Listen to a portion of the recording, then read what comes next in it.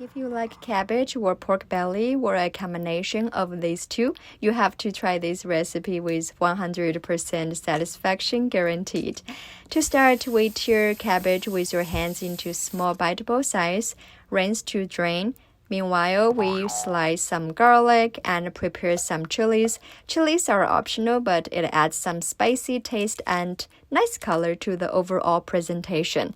As you can see here, we slice pork belly into small thin pieces, right? Simply transfer to a heated wok.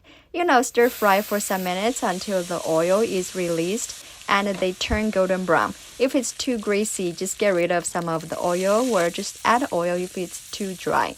Now we have added some garlic, dried chilies, and 郫县冰 paste. I have a video about 郫县冰 paste available on my profile. Check it out if you like.